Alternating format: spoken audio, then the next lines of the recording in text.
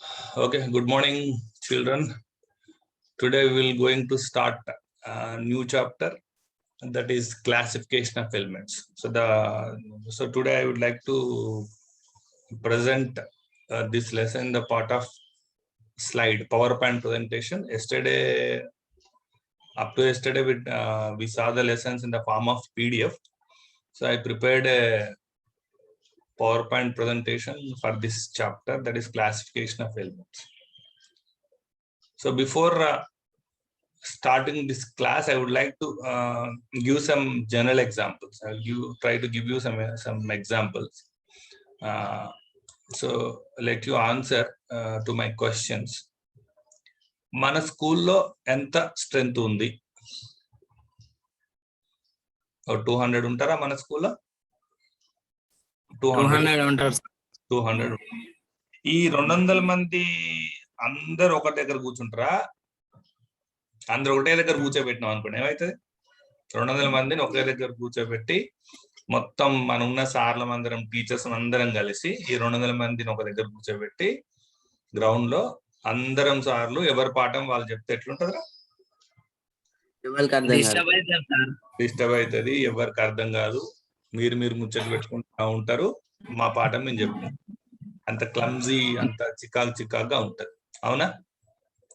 అంటే అందుకని ఏం చేస్తాం మనము, వచ్చిన పిల్లలకు ఒక అడ్మిషన్ నెంబర్ ఇచ్చి, అంతకుముందు ఏ క్లాస్ పాస్ అయినాడు, ఇప్పుడు ఏ క్లాస్ లో జాయిన్ అవుతాడు, ఇంగ్లీష్ మీడియమా, తెలుగు మీడియమా, 6th, 7th, 8th, 9th, 10th అని ఏం చేస్తాం, వాళ్ళకు సంబంధించినటువంటి ఒక పర్టికులర్ క్లాస్ రూమ్, వాళ్ళ సబ్జెక్ట్ టీచరు, ఒక క్లాస్ టీచరు, ఇట్లా సిస్టమాటిక్ గా అరేంజ్ చేయబడి ఉంటే దాన్ని స్కూల్ అని అంటాం. అలా కాకుండా 200 మంది స్టూడెంట్స్ ఒక దగ్గర కూర్చోబెట్టి ఉన్నంత టీచర్లు అందరు కలిసి ఎవరి బోర్డులు వాళ్ళు పెట్టుకొని ఎవరి పాఠం వాళ్ళు చెప్పకపోతే ఎంత గందరగోళంగా ఉంటది, అవునా? అట్లానే మన స్కూల్ ఎంత సిస్టమాటిక్ గా, డిసిప్లిన్ గా ఉంటుంది. కారణం ఏంటంటే దానికి ఒక సిస్టమాటిక్ అప్రోచ్, ఒక సిస్టమాటిక్ గా, ఒక డిసిప్లిన్డ్ గా ఎట్లా అయితే మనం క్లాసెస్ రన్ చేస్తామో, ఎట్లా అయితే మనం క్లాస్ డివైడ్ చేసుకుంటామో, అట్లానే మన నేచర్ లో కూడా చాలా ఎలిమెంట్స్ ఉన్నాయి, రకరకాల ఎలిమెంట్స్ ఉన్నాయి. మూలకాలు అంటాం తెలుగులో.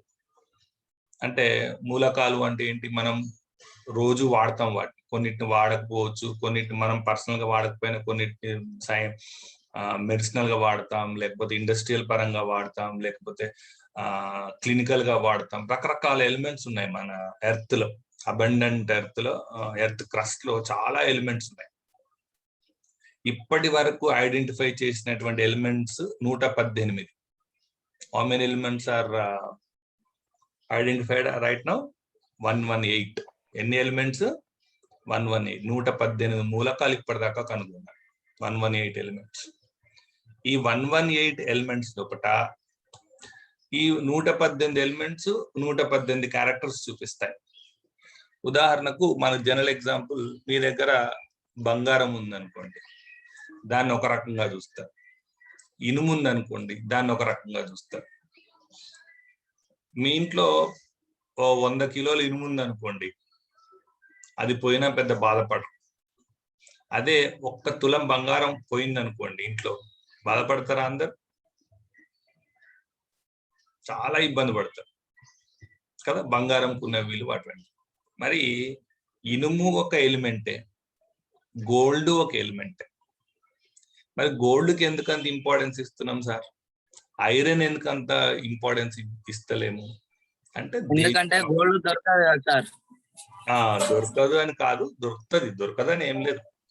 ఐరన్ దొరికినట్టే గోల్డ్ కూడా భూమిలో మెటలర్జీ అనే చాప్టర్ లో నేర్చుకుంటాం. దొరకదని ఏం కాదు, కాకపోతే ఎందుకు ఖరీదైనది అనేటువంటిది కూడా నేర్చుకోవాలి. మనము గోల్డ్ తోనే ఎందుకు ఆర్నమెంట్స్ చేసుకోవాలి?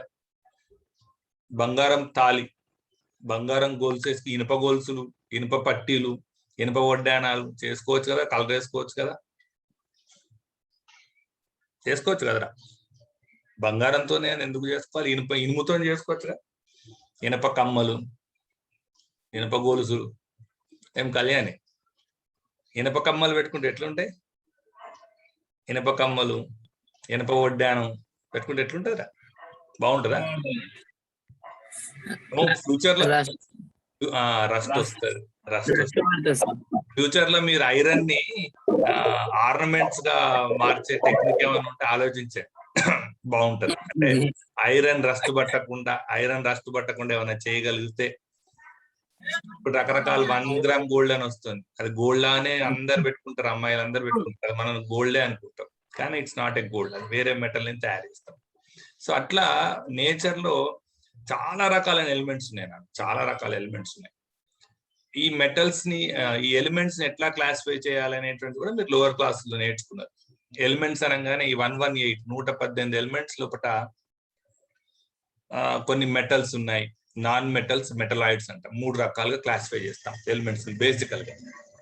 బేసికల్ గా ఎలిమెంట్స్ ని 3 రకాలుగా క్లాసిఫై చేస్తాం: మెటల్స్, నాన్ మెటల్స్, మెటలాయిడ్స్. ఇది బేసిక్ అండర్స్టాండింగ్. మనం అర్థం చేసుకోవాల్సి ఏంటంటే, ఈ classification of elements and periodic టేబుల్లోకి లాంగ్ పీరియడ్ వెళ్లే ముందు కొన్ని ఫండమెంటల్స్ మనం అర్థం చేసుకోవాలి. ఏంటి అంటే, మూలకాలను మన ప్రకృతిలో లభించేటువంటివి కానీ, లేదా కృత్రిమంగా తయారు చేసినటువంటివి కానీ, లేదా మానవ నిర్మితమైనటువంటి మూలకాలు ఏవైనా, ఎలిమెంట్స్ ఏవైనా కానీ, వాటిని మనం 3 రకాలుగా వర్గీకరించాం. We're classified into 3 types.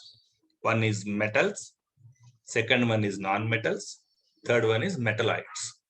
Metals అంటే లోహాలు, గట్టిగా ఉంటాయి, మెరుస్తూ ఉంటాయి. సింపుల్ అంటే క్యారెక్టర్స్ చెప్తున్నా. Number 2 non metals. మెటల్స్ అంటే, నాన్ మెటల్స్ అంటే మెటల్స్ కానివి నాన్ మెటల్స్, మెటల్స్ కానివి నాన్ మెటల్స్. అంటే ఇవి మెత్తగా ఉంటాయి, పౌడర్ లాగా ఉంటాయి, వీటిని సాలిడ్ గా ఉండవు అని కొన్ని క్యారెక్టర్స్. ఇంకా మెటలాయిడ్స్ అంటే ఏంటి? మెటల్స్ కి నాన్ మెటల్స్ మధ్య రకమైన ప్రాపర్టీస్ చూపించే వాటిని మెటలాయిడ్స్ అంటాం. ఇది ఇంగ్లీష్ లో. Metals, non metals, metalloids. లోహాలు, అలోహాలు, అర్ధలోహాలు అని 3 రకాలు. లోహాలు, అలోహాలు, అర్ధలోహాలు. So what are the 3 types of elements?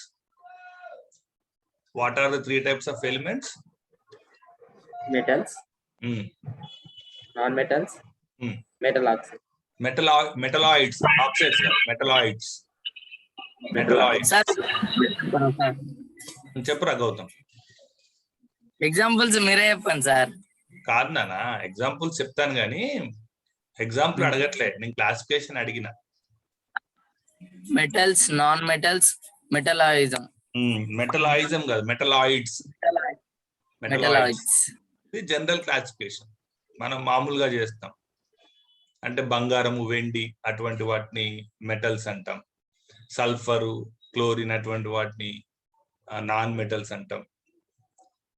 అటువంటి తర్వాత ఎక్కువగా ఈ మెటలాయిడ్స్ నేమో వీటిని చిప్స్ ఉంటాయి, ఇప్పుడు మీరు సెల్ వాడుతున్నారు, వాటిలో వాడుతుంటాం. సో వాటి గురించి డీటెయిల్ గా మనం ఈ క్లాసిఫికేషన్ ఆఫ్ ఎలిమెంట్స్ లో చెప్పుకున్నాం. సో మొత్తం ఇప్పటిదాకా ఐడెంటిఫై చేసినటువంటి ఎలిమెంట్స్ ఏమో 118 ఎలిమెంట్స్. సో ఇప్పుడు మనం చెప్పుకునేటువంటి, ఇప్పుడు మనం వాడేటువంటి ఏదైతే మన స్కూల్లో క్లాస్ 6th క్లాస్ అంటే లాస్ట్ 7th తెలుగు మీడియం దగ్గర పెద్ద పెయింట్ వేసి పెట్టాం, ఒక పెద్ద టేబుల్స్ లాగా అన్ని చిన్న చిన్న సింబల్స్ వేసి పెట్టాం. చూసారా? మన స్కూల్లో ఒక టేబుల్ ఉంటుంది, చూసారా? అది పీరియాడిక్ టేబుల్. ఆల్రెడీ మన డ్రాయింగ్ మాస్టర్ వేసిపోయినాడు, అది పీరియాడిక్ టేబుల్. సో మన దాంట్లో చాలా మంది స్టూడెంట్స్, మీరు యూట్యూబ్ లో చూసినట్టయితే చాలా మంది స్టూడెంట్స్ ఈ 118 ఎలిమెంట్స్, 118 ఎలిమెంట్స్ నేమ్స్ అందరూ గబగబా కొందరు 2 నిమిషాల్లో, కొందరు 1.47 అంటే 1 నిమిషం 47 సెకండ్లు కూడా చెప్పిన వాళ్ళు ఉన్నారు. మీరు కూడా ప్రాక్టీస్ చేయొచ్చు. వాటిని ఎట్లా చదవాలో మీకు చెప్తాను. మీలో ఎవరైనా 118 ఎలిమెంట్స్ కనుక వరుసగా చెప్పుకుంటూ వెళ్తే వాళ్ళది మంచి రికార్డ్ చేసి నేను యూట్యూబ్ లో పెట్టేస్తాను. మస్తు లైక్స్ వస్తాయి దాన్ని. అంటే 118 మూలకాల పేర్లు మనం నేర్చుకొని వాటిని చూడకుండా చెప్పగలగాలి. మీరు ఇవాళ ఈ క్లాస్ అయిపోయినాక ఇవాళ సాయంత్రం ఏం చేయండి అంటే, ఒకసారి యూట్యూబ్ లో లింక్స్ కొట్టండి, రీడింగ్ ఆఫ్ ఎలిమెంట్స్ అని వస్తే చాలా మంది పిల్లలు, చిన్న చిన్న పిల్లలు 118 ఎలిమెంట్స్ పేర్లు. ఇప్పుడు మీ క్లాస్ రూమ్ లో 29 మెంబర్స్ ఉన్నారు కదా, వాళ్ళందరి పేర్లు మీరు చెప్తారు కదా, ఇంటి పేరుతో సహా. మీ ఫ్రెండ్స్ దాదాపు చెప్తారు కదా, చెప్తారా? చెప్పగలుగుతారు కదా. ఎట్లా చెప్పగలుగుతారు? వీడు నా మనిషి, వీడు నా దోస్తు, వీడు నా ఇంటి పక్కన ఉంటాడు, ఈ అమ్మాయి వాళ్ళు మా చుట్టాలు అవుతారు, వీళ్ళు మా ఇంటి దగ్గర ఉంటారు అని మీకు ఐడెంటిఫికేషన్ పెట్టుకొని మొత్తం 28 మంది పేర్లు ఇంటి పేరుతో సహా మీరు చెప్పగలుగుతారు. మరి అట్లానే ఈ ఎలిమెంట్స్ ఏవైతే అంటున్నానో 118 ఎలిమెంట్స్ ఏవైతే నేను అంటున్నానో అవి మనవి, మన చుట్టుపక్కల ఉన్నటువంటి ఫ్రెండ్స్ పేర్లు అని కనుక మనం అనుకున్నట్టు అయితే, అదే ఇప్పుడు హీరోల పేర్లు చెప్పండి అంటే వరుసగా ఒక 20 మంది హీరోల పేర్లు చెప్తారు. హీరోయిన్ల పేరు చెప్పండి 20 మంది హీరోయిన్ల పేరు చెప్తారు. సినిమా పేర్లు చెప్పమంటే 100 సినిమా పేర్లు గబగబా చెప్పేస్తారా సినిమా పేర్లు? అందులో మళ్ళీ మహేష్ బాబు సినిమా పేర్లు ఏంటిది, అందులో అల్లు అర్జున్ సినిమాలు ఏంటిది, తర్వాత ఇంకా మీ ఫేవరెట్ ఎవరు జూనియర్ ఎన్టీఆర్ సినిమా పేర్లు ఏంటి, ఇట్లా ఉంటారు కదా ఫేమస్ హీరోస్. ఆ సినిమా పేరు చెప్పమంటే చెప్పేస్తాం మనం. ఎందుకు? వాటి మీద మనకు పర్టికులర్ ఇంట్రెస్ట్ ఉంటుంది. అర్థమవుతుందా? అట్లానే ఈ 118 ఏదైతే 118 ఎలిమెంట్స్ అని ఏవైతే అంటున్నానో వాటిని కూడా అవి కూడా సినిమా పేర్లను, మన చుట్టాల పేర్లను, మన ఫ్రెండ్స్ పేర్లను నేమ్స్ కనుక అనుకున్నట్టు అయితే వాటిని నేర్చుకోవడం పెద్ద ఇబ్బంది కాదు. సో ఈ 118 ఎలిమెంట్స్ ని ఎట్లా అరేంజ్ చేసినారు? ఇప్పుడు ఏదైతే మనం మన స్కూల్లో బోర్డు మీద ఏదైతే రాసినామో అది ఒక్కసారిగా రాలే. ఏదైతే ఇంతకు ముందు ప్రీవియస్ లెసన్ లో మనం ఏవైతే అటామిక్ స్ట్రక్చర్ లో అటామిక్ మోడల్ ఇప్పుడైతే మోడర్న్ అటామిక్ మోడల్ ఇప్పుడైతే చదువుతున్నామో అది ఒక్కసారి వచ్చిందా? రాలే. ఎవరితో స్టార్ట్ అయింది మనకు? ఎవరితో స్టార్ట్ అయింది? స్టార్టింగ్ ఏం చెప్పుకున్నాం మనం? అటామిక్ స్ట్రక్చర్ లో model good J J Thomson water melon పుచ్చపండు నమూనాతో మొదలు పెడితే లాస్ట్ కు క్వాంటమ్ మెకానిక్ మోడల్ దాకా మనం చెప్పుకుంటూ వచ్చాం. సో ఒక పెద్ద హిస్టరీ, అది చాలా చరిత్ర ఉంది. అటామిక్ స్ట్రక్చర్ కి ఎట్లయితే చరిత్ర ఉందో అదే విధంగా క్లాసిఫికేషన్ ఆఫ్ ఎలిమెంట్స్ సంబంధించి కూడా ఒక్కసారిగా మన ఇప్పుడున్నటువంటి టాబులర్ ఫామ్ లో రాలే. చాలా మంది సైంటిస్టులు క్లాసిఫికేషన్ చేయడానికి చాలా కష్టపడ్డారు. ఇప్పుడున్నట్టుగా డిజిటలైజ్ టెక్నాలజీ కానీ, లేకపోతే ఇప్పుడున్నటువంటి అబండెంట్ నాలెడ్జ్ ఇచ్చేటువంటి యూట్యూబ్ లింకులు కానీ, లేకపోతే గూగుల్ క్రోమ్ కానీ అప్పట్లో లేవు. వాళ్ళకు అందుబాటులో ఉన్నటువంటి నాలెడ్జ్ని బట్టి అప్పట్లో ఉన్నటువంటి ఎలిమెంట్స్ క్యారెక్టర్స్, జనరల్ గా ఇప్పుడు టైప్స్ ఆఫ్ ఎలిమెంట్స్ 3 రకాలని చెప్పాను కదా, అట్లే వాటి ప్రాపర్టీస్ 2 రకాలుగా ఉంటాయి. Physical properties, chemical properties. భౌతిక ధర్మాలు, రసాయన ధర్మాలు అంటాం. Physical properties, chemical properties. Physical properties ని, కెమికల్ ప్రాపర్టీస్ ని ఆధారంగా చేసుకుని అప్పట్లో ఉన్నటువంటి సైంటిస్టులు తర్వాత దాన్ని అటామిక్ మాస్ అంటాం. Atomic mass, atomic number. Atomic number చాలా లేటెస్ట్ గా తీసుకున్నారని అటామిక్ మాస్, అనుభారము అంటాం. అటామిక్ మాస్, ఆ మూలకం యొక్క బరువు ఎంత, ఆటం బరువు ఎంత, అటామిక్ మాస్ ఎంత, ఏఎంయు అటామిక్ మాస్ యూనిట్స్ అని మనం క్లాస్ లో చూస్తాం, మనం డిజిటల్ క్లాస్ చూసినప్పుడు చూసాం. ఆ అటామిక్ మాస్ ని బేస్ చేసుకొని ఎలిమెంట్స్ ను క్లాసిఫై చేయటం మొదలుపెట్టారు, వర్గీకరించడం మొదలుపెట్టారు. అంటే ఈ వర్గీకరణ, ఇది క్లాసిఫికేషన్ అనేది ఒక్కసారిగా ఇప్పుడు ఏదైతే మనం long periodic form of table అంటాం, ఇప్పుడు ఏదైతే మనం ప్రెసెంట్ ట్రెండ్ లో మీ టెక్స్ట్ బుక్ లో ఏదైతే ఫస్ట్ పేజ్ లో ఓపెన్ చేయగానే ఒక టేబుల్ కనిపిస్తుంది. మీరు టెక్స్ట్ బుక్ ఓపెన్ చేయగానే టెక్స్ట్ బుక్ అట్ట ఉందా, కవర్ పేజ్ ఉందా, కవర్ పేజ్ లో ఓపెన్ చేయగానే ఒక టేబుల్ కనిపిస్తుంది చూడండి. కనిపిస్తుంది అందరికి? టెక్స్ట్ బుక్ ఓపెన్ చేయండి, టెక్స్ట్ బుక్ ఉంది, అందులో ఫస్ట్ పేజ్ చూడండి. ఫస్ట్ పేజ్ కవర్ వెనక ఏముంది ఒక్కసారి స్క్రీన్ కి పెట్టండి. ఎవరైనా అటో ఇటో ఒక టేబుల్ ఉంటుంది, హారిజాంటల్ గా పెట్టండి కెమెరాకి. చూస్తున్నారా? కవర్ పేజ్ లో లోపల, కవర్ పేజ్ లోపల ఉంటుంది, లాస్ట్ కవర్ పేజ్ లోనో ఏదైనా ఉంటుంది. ఎవరికైనా దొరికిందా? కవర్ పేజ్ లోపల, కవర్ పేజీకి ఉంటుంది, అట్టకు ఉంటుంది. అట్టకే ఏమైనా టేబుల్ ఉందా?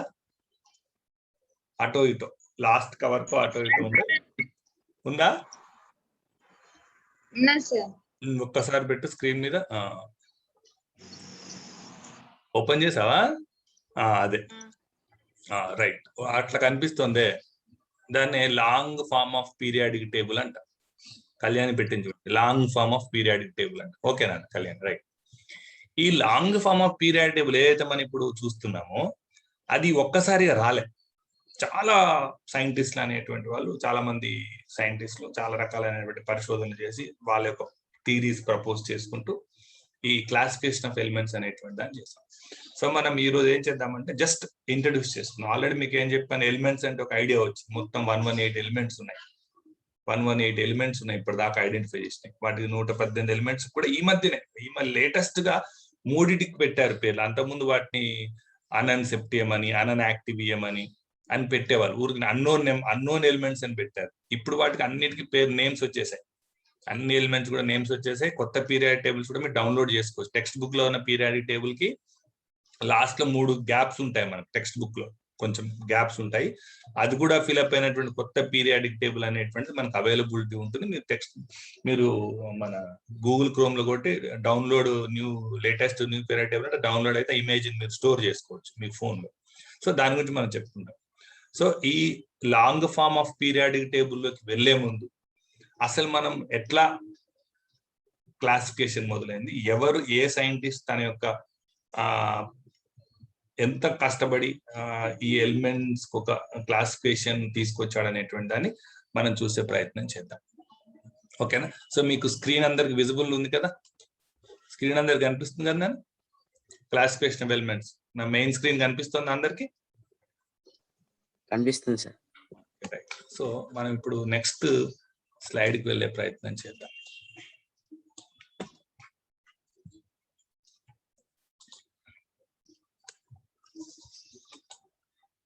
Right.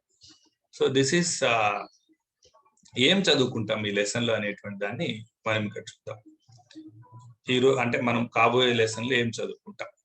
Why do we need classification? అసలు ఎందుకు మనం ఎలిమెంట్స్ ని క్లాసిఫై చేయాలి? దానికి ఆల్రెడీ చెప్పేశాను ఎందుకు క్లాసిఫికేషన్ చేయాలో. మీకు ఆల్రెడీ ఇంట్రడక్షన్ ఇచ్చాను. క్లాసిఫికేషన్ చేయకపోతే ఇప్పుడు 6th క్లాస్ పిల్లల్ని, 7th క్లాస్ పిల్లల్ని, 8th క్లాస్ పిల్లల్ని, 9th క్లాస్ పిల్లల్ని, 10th క్లాస్ పిల్లల్ని ఒక 5 అందరిని ఒక దగ్గర కూర్చోబెట్టి నేను 10th క్లాస్ లెసన్ చెప్తే ఎవరికి అర్థమవుతుంది? ఓన్లీ 10th క్లాస్ పిల్లవాడికి అర్థం.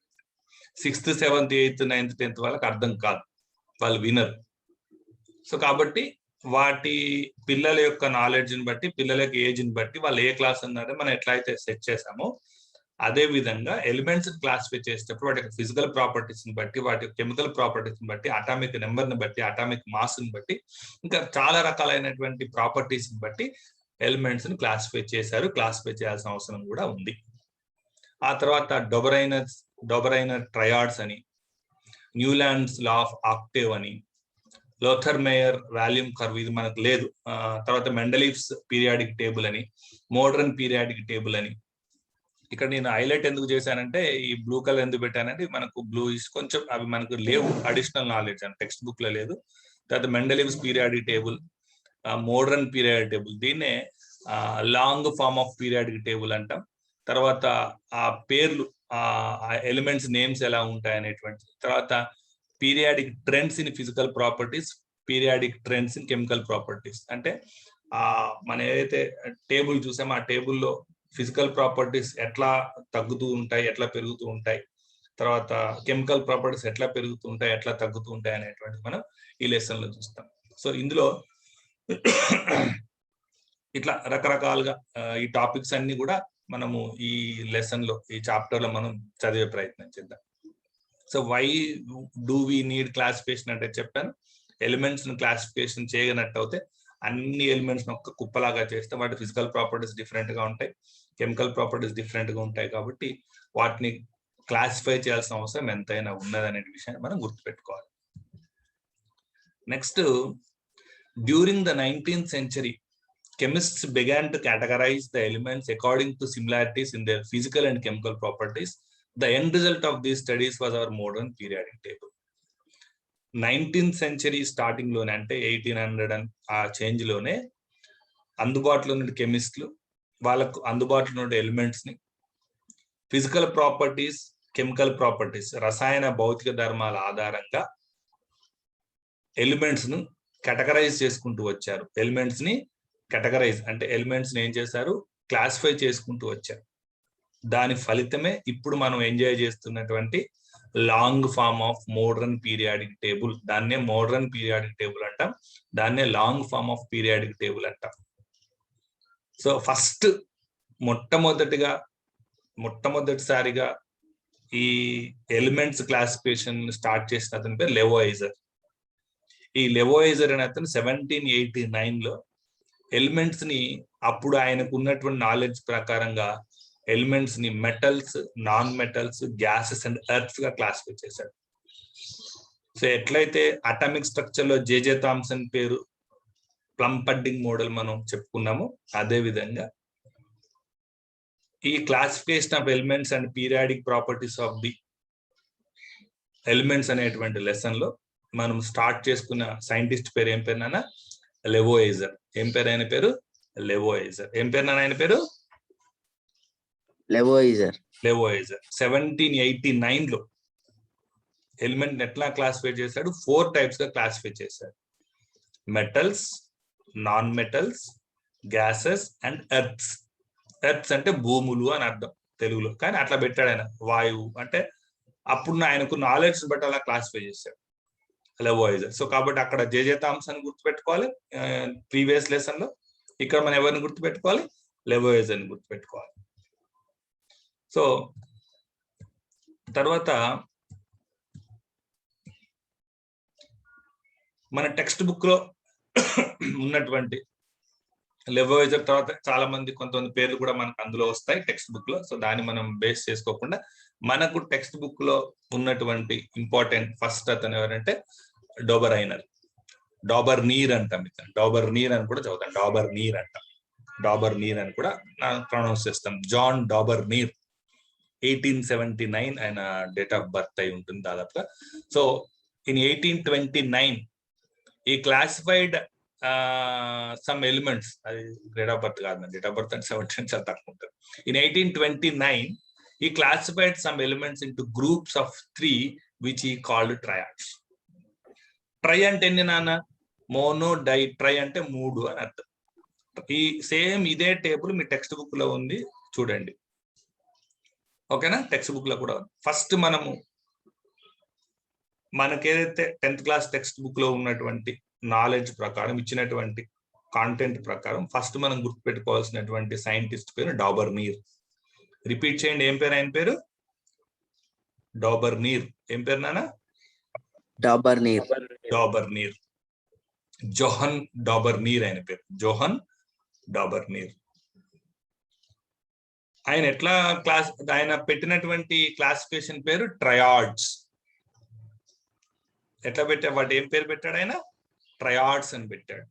దాన్నే తెలుగులో డాబర్ నీర్ త్రికములు అంటారు. త్రికములు, డాబర్ నీర్ త్రికములు అంటారు. డాబర్ నీర్ ట్రయాడ్స్ అంటారు, త్రికములు. ఓకేనా? డాబర్ నీర్ ట్రయాడ్స్ లేదా త్రికములు 3. అంటే ఆయన ఏం చేసినాడు? అప్పటి వరకు కనిపెట్టబడిన, అప్పటి వరకు ఐడెంటిఫై చేసినటువంటి ఏవైతే తన నాలెడ్జ్ లో ఉన్నటువంటి ఎలిమెంట్స్ ఏవైతే ఉన్నాయో, he classified the all elements 3 into 1 group. 3 elements ని ఒక గ్రూప్ గా చేసుకుంటూ ఉన్న ఎలిమెంట్స్ అన్నింటినీ 3 గా చేసుకుంటూ సెట్ ఆఫ్ 3 అంటాం. అప్పటి వరకు తనకు అందుబాటులో తనకు తెలిసినటువంటి ఎలిమెంట్స్ ని అక్కడ similar physical properties, chemical properties ఏవైతే ఐడెంటిఫికేషన్ తను చేయగలిగినాడో వాటిని బేస్ చేసుకొని డాబర్ నీర్ అనేటువంటి సైంటిస్ట్ ఏం చేసినాడు అంటే వాటిని ట్రయాడ్స్ గా సెట్ ఆఫ్ 3 ఒక దగ్గర పెట్టినాడు. అట్లా సెట్ ఆఫ్ 3 ఎలిమెంట్స్ ని క్లాసిఫై చేసుకుంటూ తను ఒక థియరీని ప్రపోజ్ చేసినాడు, ఒక క్లాసిఫికేషన్ థియరీని ప్రపోజ్ చేసినాడు. దాన్నే డాబర్ నీర్ ట్రయాడ్స్ అంట. కింద మనకి టేబుల్ మీకు క్లియర్ గా కనిపిస్తుంది కదా? కనిపిస్తుందా టేబుల్? ఓకేనా? రైట్. టేబుల్ క్లియర్ గా ఉంది కదా? రైట్. ఫస్ట్ ఎగ్జాంపుల్ చూద్దాం. ఈయన ఏం చేసినాడు? ఫిజికల్ ప్రాపర్టీస్ ని, కెమికల్ ప్రాపర్టీస్ ని బేస్ చేసుకుని వాటి యొక్క ఆటమిక్ మాసెస్, బరువులు, అనుభారాల ఆధారంగా అప్పటి వరకు ఐడెంటిఫై చేసినటువంటి ఎలిమెంట్స్ ని సెట్ ఆఫ్ 3, ఒక్కొక్క వాటిని ఒక గ్రూప్ లో 3 ఎలిమెంట్స్, సెకండ్ దాంట్లో ఇంకొక 3 ఎలిమెంట్స్, థర్డ్ దాంట్లో ఇంకో ఎలిమెంట్స్ ని పెట్టాడు.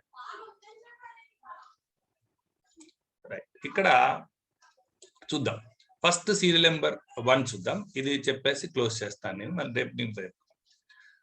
Serial number 1. ఇక్కడ సిఎల్ అంటే ఏంటి నాన్న? Chlorine, bromine, iodine.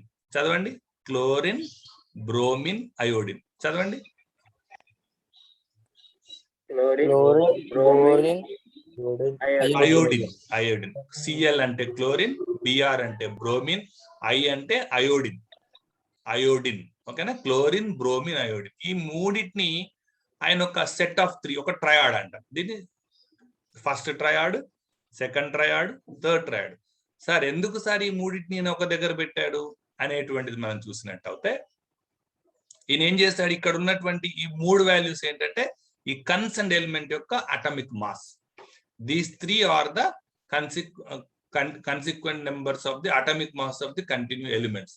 క్లోరిన్ యొక్క అటామిక్ మాస్ ఎంత, 35.5. బ్రోమిన్ యొక్క అటామిక్ మాస్ ఎంత, 80. అయోడిన్ యొక్క అటామిక్ మాస్ ఎంత, 127. సో ఇక్కడ ఎట్లయితే సీక్వెన్స్ లో ఎలిమెంట్స్ ఉన్నాయో సెకండ్ కాలం లోపల 3 ఉన్నాయి. ఇవి 3 వాల్యూస్ ఉన్నాయి. 3 వాల్యూస్ ఏంటి, ఇది ఫస్ట్ వన్ ఏంటి, 35.5 ఏంటి, it is the atomic mass of the chlorine. 80 ఏంటిది, atomic mass of the bromine. 127 ఏంటిది, atomic mass of the iodine. ఈ మూడింటిని ఒక సెట్ గా చేసి దీన్ని ఒక ట్రయాడ్ అన్నాడు. ఎందుకు సార్ ఇలా ట్రయాడ్ అన్నాడు అంటే, ఈయన ఒక ఫార్ములా చెప్పాడు. ఏం చెప్పాడంటే, if you take an average of these first and third element, if you take the average value of the first and second elements of atomic masses, if you take the value of average value of atomic masses of first and third element, it is equal to the atomic mass of the middle element. మళ్ళా చెప్తాను చూడండి. ఈయన ఏం చేశారంటే, first element యొక్క third element యొక్క average తీసుకుంటే, average value ఎంతైతే వస్తుందో ఆ యావరేజ్ వాల్యూ అనేటువంటిది మిడిల్ ఎలిమెంట్ యొక్క అటామిక్ మాస్ కు ఈక్వల్ గా ఉంటుంది. కాబట్టి నేను ఈ మూడింటిని ఒక గ్రూప్ గా పెట్టాను అని డాబర్నీర్ అన్నాడు. అందుకనే ఈ క్లాసిఫికేషన్ ని డాబర్నీర్ ట్రయాడ్ అంట. ఏమంటానా, డాబర్నీర్ ట్రయాడ్ అంట ఈ ఫార్ములా. ఇక్కడ ఏం చేసినాడు, 35.5 ప్లస్ 127 డివైడెడ్ బై 2 చేస్తే మనకి ఎంత వచ్చింది ఆన్సర్, 81.25 అటామిక్ మాస్ యూనిట్స్ వచ్చింది. ఇక్కడ ఇది అటామిక్ మాస్. దాదాపుగా 8 కి దగ్గరగా ఉంది. ఈ వాల్యూ దగ్గరగా ఉంది 8కి. ఇక్కడ 81.25 వచ్చింది. కాబట్టి వాటినైనా ఈ రెండింటిని, అందుకనే ఈ రెండింటి మధ్యలో ఈ బ్రోమిన్ ని పెట్టాను. క్లోరిన్ కి అయోడిన్ మధ్యలో బ్రోమిన్ ఎందుకు పెట్టాను అంటే, ఏవైనా ఐడెంటిఫైడ్ 3 ఎలిమెంట్స్ యొక్క అటామిక్ మాసెస్ తీసుకొని ఫస్ట్ అండ్ థర్డ్ ఎలిమెంట్ యొక్క యావరేజ్ తీసుకుంటే మిడిల్ ఎలిమెంట్ యొక్క అటామిక్ మాస్ తో ఈక్వల్ అవుతుంది. కాబట్టి వీటి యొక్క ఫిజికల్ కెమికల్ ప్రాపర్టీస్ ఈక్వల్ గా ఉన్నాయి. ఈ యావరేజ్ తీసుకున్న ఇట్లా వస్తుంది కాబట్టి వీటి ఫిజికల్ కెమికల్ ప్రాపర్టీస్ ఒక్కలాగా ఉన్నాయని చెప్పేసి నేను వీటిని ట్రయాడ్స్ గా పెట్టాను అని చెప్పి ఆయన క్లెయిమ్ చేసుకున్నాడు. ఎవరు, Dobereiner. For example second example చూద్దాం. సెకండ్ ఎగ్జాంపుల్లో LI ఫర్ లిథియం. ఏంటి అనేది, లిథియం. చెప్పండి, లిథియం, సోడియం, పొటాషియం. ఏంటినా అవి, లిథియం, సోడియం, పొటాషియం. వీటి అటామిక్ మాసెస్ చెప్పండి కంటిన్యూస్ గా ఎట్లా ఉన్నాయి, 7, 23, 39. యావరేజ్ ఇస్తే ఏమైంది, 7 + 39/2 23 వస్తుంది. 46/2 ఎంత, 39 + 7 యాడ్ చేస్తే ఎంత, 46. 46/2 ఎంత, 23. ఈ 23 వాల్యూ దేనికి ఈక్వలెంట్ గా ఉంది, మిడిల్ ఎలిమెంట్ యొక్క అటామిక్ మాస్ కు ఈక్వల్ గా ఉంది. కాబట్టి దీన్ని ట్రయాడ్ గా పెట్టినాడు. ఇంకొక ఎగ్జాంపుల్ ఇక్కడ ఏం పెట్టినాడు, calcium, strontium, barium. Calcium, strontium, barium. ఏంటి నాన్న, కాల్షియం, స్ట్రాన్షియం, బేరియం. బేరియం. ఈ మూడింటిని మళ్ళీ తీసుకున్నాడు. మళ్ళీ తీసుకుంటే యావరేజ్ ఎంత వచ్చింది, 40 + 137/2. 177/2 చేస్తే ఎంత వస్తుంది, 88.5 వస్తుంది. దాదాపుగా ఇక్కడ ఈక్వల్ ఉంది కదా. సో ఇట్లా డాబర్నీర్ అనే అతను డాబర్నీర్ ట్రయాడ్స్ అనేటువంటి ఫార్ములాను మనం తీసుకోవడం జరిగింది. So this is about Dobereiner triads. So వీటిని ఏమంటాం మనం, డాబర్నీర్ ట్రయాడ్స్ అంటాం. ఓకేనా? సో ఇది మనం గుర్తుపెట్టుకోవాల్సినట్టు ఈరోజు చెప్పుకోవాల్సినటువంటి ఫస్ట్ క్లాసిఫికేషన్. ఏదైతే లెబోయిజర్ ది జనరల్ ఇంట్రడ్యూస్ చేసుకున్నాం, అదే విధంగా డాబర్నీర్ ట్రయాడ్స్ అంటాం, వీటి తెలుగులో డాబర్నీర్ త్రికాల్ అంటాం. మరి దీంట్లో ఎందుకు ఇది కన్సిడర్ చేయబడలేదు, ఎందుకు ఇది అంటే దీంట్లో కొన్ని ప్రాబ్లమ్స్ ఉన్నాయి, అంటే డిమెరిట్స్ ఉన్నాయి. ఆ డిమెరిట్స్ మీకు బుక్ లో చూసినట్టు కింద లిమిటేషన్స్ ఆఫ్ డాబర్నీర్ ట్రయాడ్స్ అని ఉంటుంది. లిమిటేషన్స్ ఆఫ్ డాబర్నీర్ ట్రయాడ్స్ అని ఉంటది. అదేంటో ఒకసారి రేపు మీకు చెప్తాను. లిమిటేషన్స్ అంటే ఎందుకు ఈ క్లాసిఫికేషన్ మనం కంటిన్యూ చేయలేదు, ఎందుకు దీన్ని తీసేయాల్సి వచ్చింది అనేటువంటి విషయాన్ని మనం రేపటి క్లాస్ లో కంటిన్యూ చేద్దాం. డాబర్నీర్ లిమిటేషన్స్ చెప్తూ రేపు ఇంకొక సైంటిస్ట్ ఏ విధంగా క్లాసిఫై చేసినాడో చెప్తాం. ఓకేనా? So this is about good. ఇవాళ స్ట్రెంత్ కూడా చాలా బాగా వచ్చింది, 21. Very good, very good.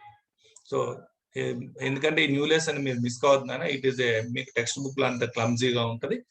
మీకు కంప్లీట్ పీపీటీ ప్రిపేర్ చేసి పెట్టాను కాబట్టి మీరు రెగ్యులర్ గా రండి. 21 మీన్స్ 21, 22, 23 వచ్చారు అంతేనా? డబుల్స్ ఎంతమంది ఉన్నారు? 2 ఉన్నారు ఇక్కడ, పావని అండ్ కావ్య, బీరాజు, ఈశ్వర్. అంటే నన్ను తీసేస్తే 20 అంటే 22 వచ్చారు. సాయి, ఓకేనా? రైట్, అర్థమైందా లెసన్?